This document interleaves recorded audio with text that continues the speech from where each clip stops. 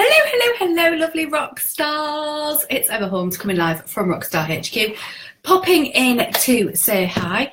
New hair, new pink hair. But that's not what I've come to talk about. I've come to talk about money. So if you are joining me live, then please do pop into the comments, say hi, let me know that you're around. If you want to share up this video, that would also be awesome, because that means that more people can hear the message, and if it is a message that is relevant to you or your crowd, then that would be super duper. I am more than happy for you to share this up, and it would be lovely if you were so inclined. So come on in, come on in and say hi if you are joining us. It would be lovely to see who's here. It'd be lovely to see who's around. So Anna says your hair, love your hair. Yes, just finished with the hairdresser. Very sleek, very sleek. So I am coming on to talk about CEO in the money situation. And I know that for stacks of you, money is a big thing. It is such an incredibly stressful thing. And, you know, money is huge, and it is a huge trigger for so many people. So that's why I want to talk about money, how money works, what we need to be thinking about, what we need to be doing. I've got some notes of some bits that I've talked about from a money perspective, and it's important that we start to look at our money properly, that we start to stop ignoring it.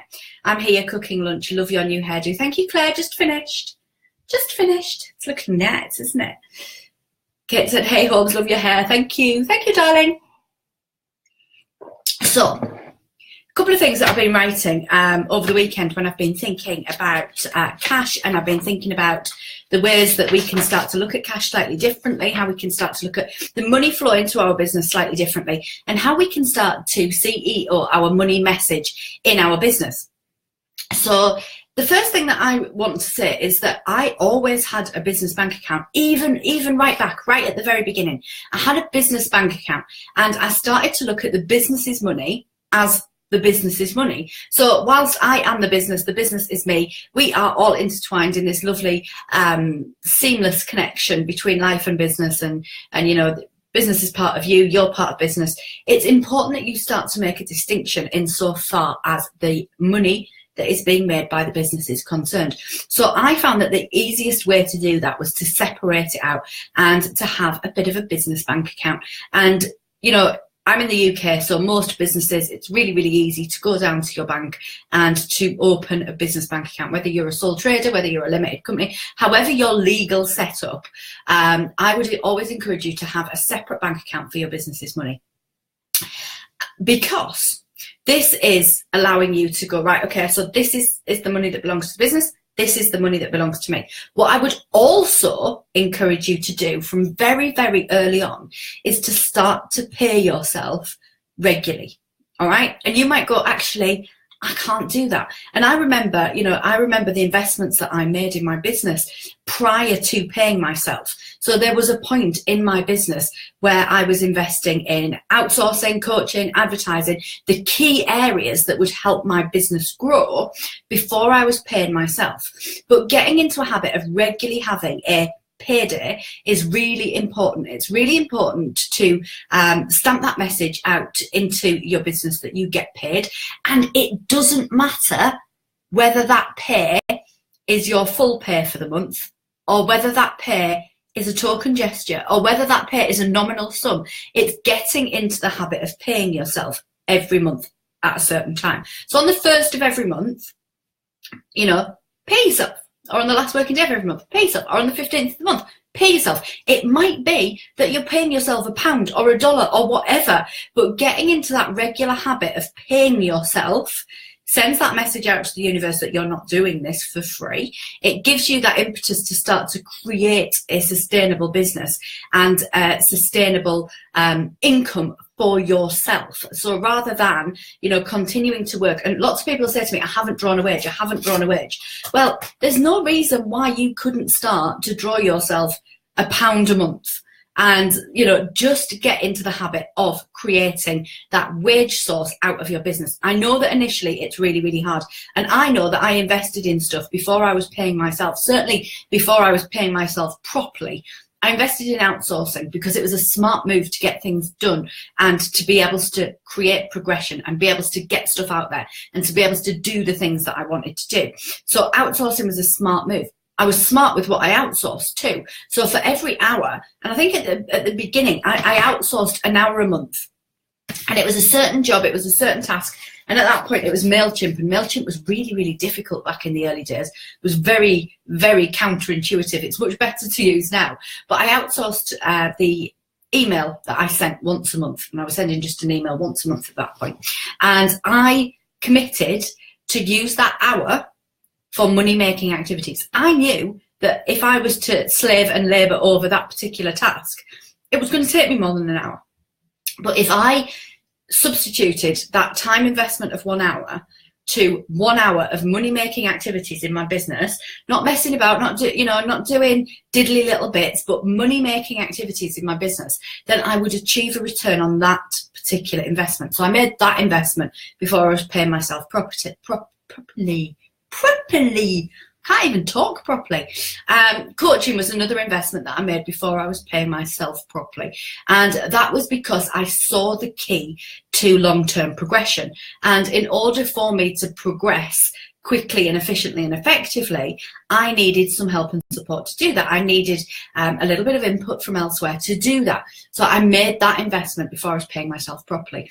The other investment that I made before I was paying myself properly was advertising, so that I could get eyes on what I was doing, because the long-term growth strategy was all about being able to take action, being able to do things, being able to get things ready for sale. So those three investments that I made before I was paying myself properly were investments in the business for the longevity of the business. They set me in good stead. They set me in good stead to start to make steady progressions in my income. And year one, I made minus 5,000. Year two, I made 8,000 profit. Year three, I made 40,000. Year four, I made 80,000, and year five, I made 105,000.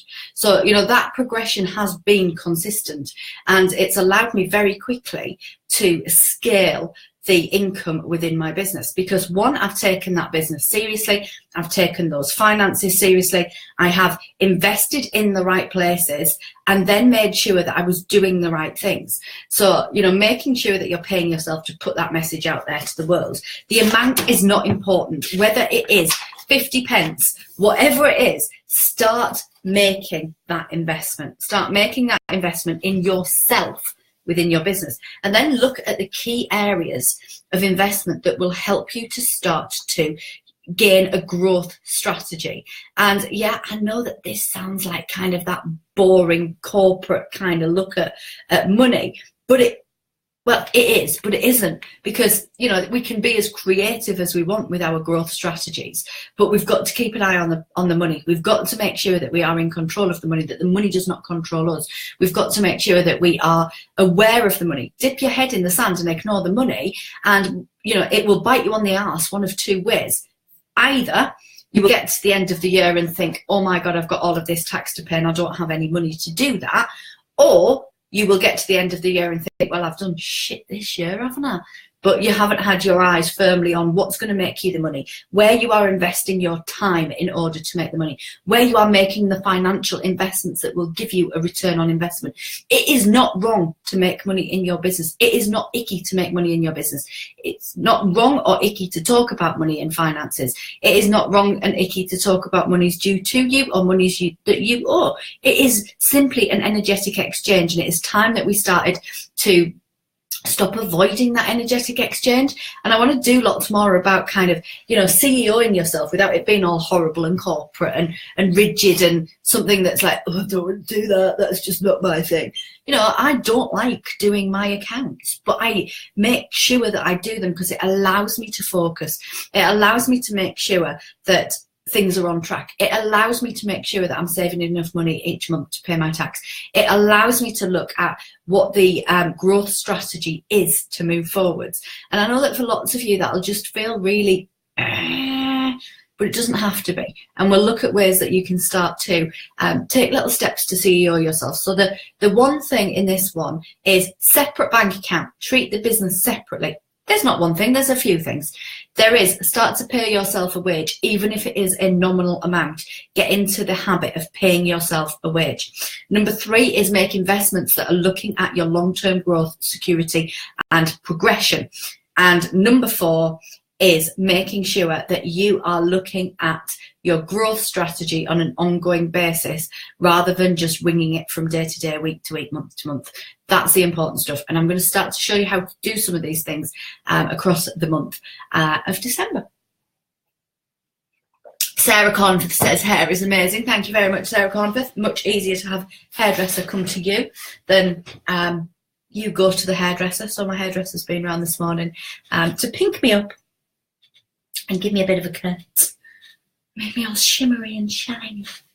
So would anybody like to ask me anything? Would anybody like to go through anything? Anything come up for you on a financial perspective that you want to talk about, that you want to go through? Let me know.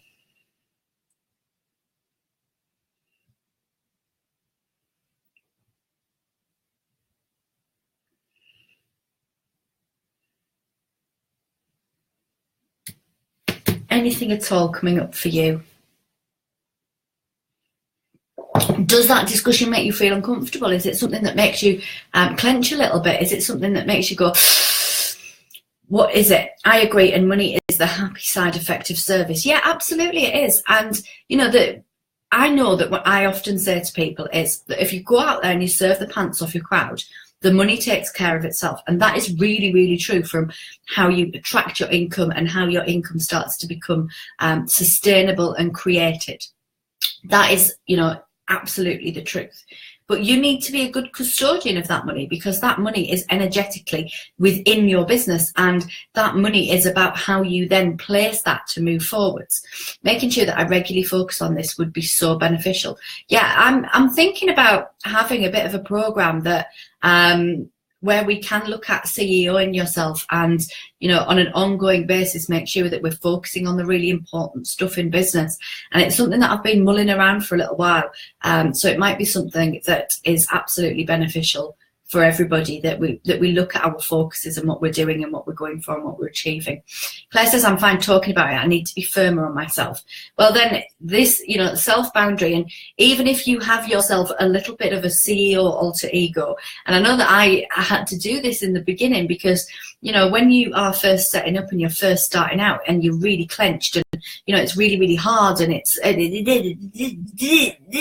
I used to kind of have that alter ego CEO, and have a little bit of a management meeting with myself every month to make sure that I was doing these things. And I had a little bit of a tick list that I went through as a management meeting with myself every month to make sure that I was doing the things that I needed to be doing. Angela said, I literally set up as a limited company, partly in order to avoid paying myself till next year, as I have student children and I don't want to mess up my finances. I'm going to have to think about this. Well, think about the ways that you can do it. And, you know, it might be that you have a very, very nominal income of £1 a month coming into your accounts at the moment, and just getting into that kind of ability to start to look at how that will work. Have a word with an accountant and look whether from a tax perspective there are efficient ways for you to do that. You know, I regularly meet with my accountant to look at, you know, what we are doing, what we aren't doing, what needs to be done, and just being a general good custodian of the cash. So every single month making sure that them accounts are up to date. And it's easy for me to come in here at the beginning of every month and say, make sure your accounts are up to date, and you go, yeah, I'll make sure my accounts are up to date, and you'll go and pop it in the diary, and then you'll completely ignore doing it, because it's, you know, there's so many more exciting things that you could be doing in your business rather than looking at your accounts. I get it. I completely get it, and I get that it doesn't come naturally, but we've got to look at ways that we can start to make sure that we are that good custodian of the cash and that we're doing the things that we need to be doing. Emma says, money is a big issue for me at the moment, and life keeps throwing crap my way, but I smile through and tell myself that things are about to change for the better. Well, make sure that you are looking at that in the right sense. So I had a conversation with somebody today, and she realized that the order that she was putting into the universe by the things that she was saying was not quite what she wanted to achieve. And when we looked at the order that was being put into the universe, actually that order was keeping her stuck. So we've got to make sure that we're looking at what we're saying about money behind that, got to make sure that we're looking at what that money looks like and the conversations that we're having with ourselves around the financial situation, both for us and within our business, so that we make sure that we don't attract loads and loads of crap, and that we make sure that we are making decisions based upon what is good for the business. And like I say, you know, there's this invisible line. It's a blurred line. It's between life, it's between business. Our business is our life is within our business, and we spend more time doing business than we actually do, you know, with the people that we love. And that's the same, you know, when I was employed, I said I wasn't prepared to be unhappy somewhere, but I spent more time with the people than I spent with the people that I loved. So, you know, when we're in our business, and we've got to make sure that the decisions that we're making, however difficult they might be at times, are made, you know, with a business head on. And sometimes we've got to, you know, really ramp up the CEO, the inner CEO, to make sure that we are making those decisions in the best possible light for us and for our business. And we can do this without being icky, I promise, because I don't do this in an icky sense. You know, I grab hold of this creatively and make sure that we can do this in a way that's as fun as it can be. As fun as it can be if you're not a numbers person. Anna says, oh, beautiful hair. Thank you, darling. Thank you. Listening while working. Good girl, Anita. Just sent you a message, my darling. Jean says, I think especially because it doesn't come naturally in terms of admin focus on it, it makes it even more essential. Yeah, and I think that, you know, that's the thing. It's about creating a system that works for you and that, you know, that does bring this stuff forward, and that it kind of, you know, it kind of means that you're taking your business seriously as well. You know, when you are looking after the finances in your business, and, you know, it is one of those boring tasks. And yes, I do have an accountant. And yes, do you know what? I would rather not have to do it. But actually, I feel that it is such an essential part of bringing the longevity of my business to the forefront, and to keep me mindful of those numbers, and to make sure that I know what's coming in, what's going out, what I need to put away from my taxes, what the position is, what the projections are. Because, you know, CEOs of businesses know what their numbers are doing. They know, you know, if you get a bit of a downward trend, you then have to do something about it. It's not about just burying your head and hoping that it'll go away. It's about getting hold of it and doing something about it. And, you know, we are going to talk about reviving your money moxie in the live lounge later on this month, because that's one of those subjects that will help you to start to take a good look at the finances, a good look at the money. Make sure that you start looking at what you can do. Claire says, same here, I keep saying it's on the up. For me, having a hubby at home that feels that Rome was built in a day. And it's, you know, it's about progress and progression, and it's about sometimes having those conversations and, you know, allowing them to see the big picture and to believe in the big picture, allowing them to not rattle you with those offhand comments that they make about, you know, where you are financially at this point in time. And I know that, you know, initially you pick up on all of this stuff and all these little things that people have said, and you go, well, they don't believe that I can do it, and it's crap, and I can't do it, and if they don't believe I can do it, and, you know, once you start making the money, they'll stop making the comments. And it's about making sure that you are focusing your attention and your effort in the right areas. Focus, focus, focus. Make sure that you are doing the things that you need to be doing. Make sure that you are focusing on your castles and not your buttons. And make sure that you are looking at the big picture in your business regularly, which includes the finances, and it includes looking at, you know, where you are going in a financial perspective, what you need to be thinking about, what you need to be focusing your attention on, so that in the long run you do start to see that rapid progression. And it will, you know, it feels like you chug up a hill for a long period of time, and then it feels like you go and start making lots and lots of progression with these things, and that's completely fine.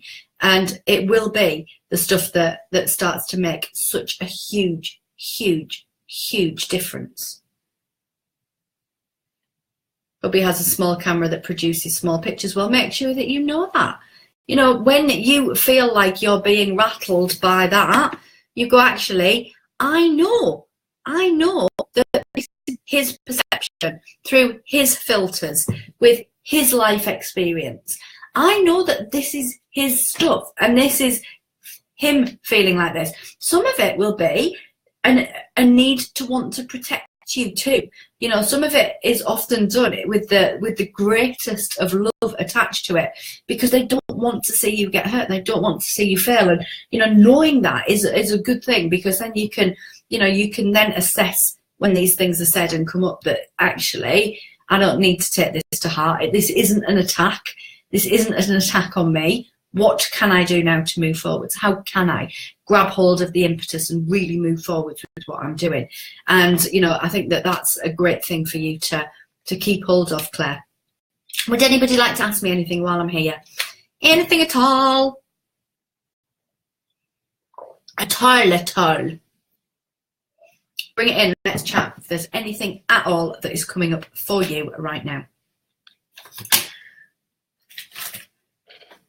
The other one that I've gotten written down, my income decreased as a result of getting too busy. That's an interesting one that we're going to cover this week in my magic book. Got some really exciting stuff coming. Really exciting. And I'm very, very, very, very, very, very, very, very excited right now. So then, anything that anybody would like to ask, anything that anybody wants to go through, anything that's going on for you at all, other than the fact that my phone keeps throwing me out, and it will get thrown out of the window fairly shortly if it doesn't stop being so ridiculous. Being employed work most of the time becomes an excuse for not monitoring my business money as being an extra as opposed to a priority. Time to change that. So I think that with that one, Gina, it is about actually seeing the business as a business, because I think that when you view it as your side hustle, particularly when it's something that you're super, super passionate about, then absolutely it is about you making sure that you give it its proper time. And it might be that one evening a month or one Saturday morning a month is business development, strategic input and finance time. And you can have that kind of CEO meeting with yourself, that management meeting with yourself to look at the overview. And I think that'd be a great way of doing it, Gina. Sticking it in a diary and making sure that you stick to it and giving yourself a treat after doing it. Because if you have to treat yourself like a toddler and give yourself that treat after you do it, then that's completely cool too. Darren says, how to deal with time wasters. Does he mean me? Well, you married her, Darren. You married her, and you're going to have to stay with it. I think that when you look at, you know, people will occasionally get this within their business. And I was speaking to one of my clients who often gets time wasters through, because it is kind of it's part of the type of business that she's in. The type of business is, you know, that you get lots and lots of time wasters through, and what happens is that you've got to look at how you're going to energetically input into these particular people. So how can you start to look at what a time waster looks like in your business, and, you know, have a little bit of a profile of that.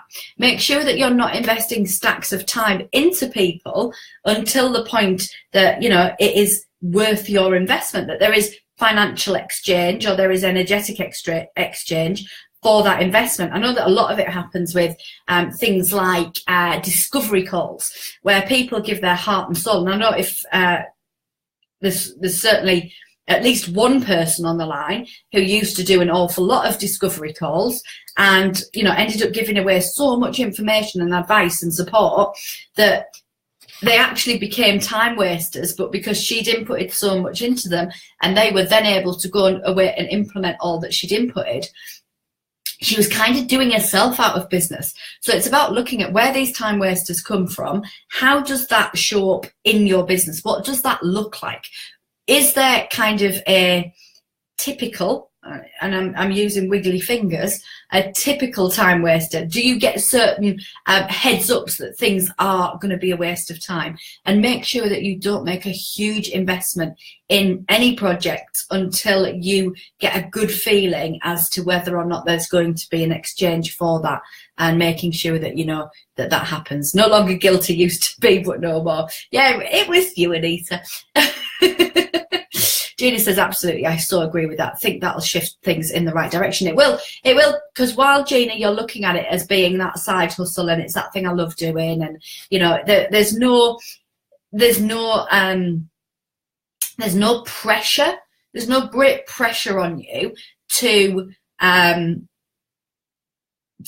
make it financially viable very, very quickly, because you've got your job and you're in your safety, and you know you can pay your bills and you can pay your mortgage and the roof's over your head, and you know there's not that kind of big financial push to do that.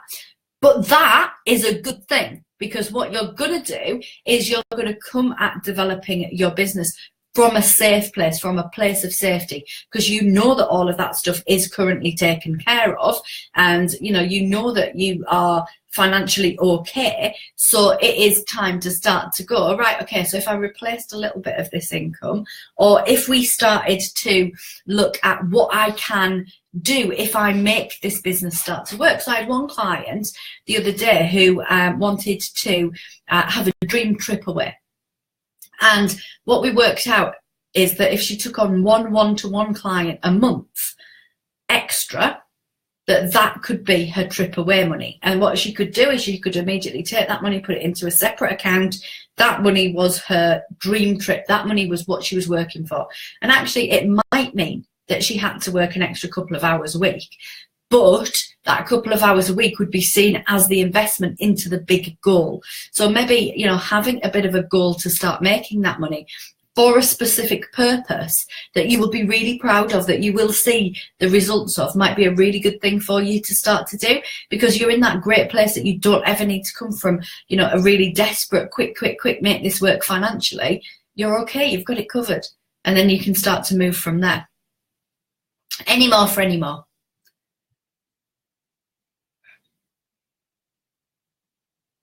Are we all good?